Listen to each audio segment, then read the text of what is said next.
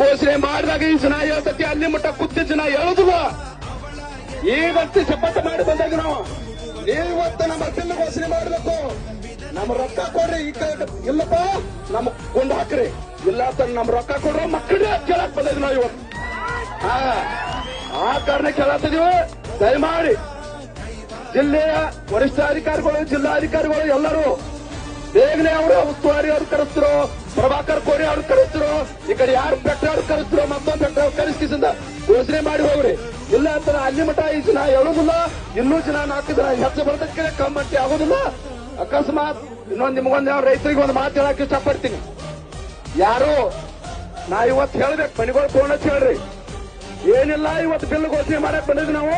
ಒಂದು ಟನ್ ಕಬ್ಬಿಗೆ 500 ರೂಪಾಯಿ ಹೆಚ್ಚಾದ್ರೆ 1,000 ಟನ್ ಕಬ್ಬಿಗೆ 5 ಲಕ್ಷ ರೂಪಾಯಿ ಹೆಚ್ಚಕತಿ, 500 ಟನ್ನಿಗೆ 2.5 ಲಕ್ಷ ರೂಪಾಯಿ ಹೆಚ್ಚಕತಿ. ನಾ ಅದಕ್ಕೆ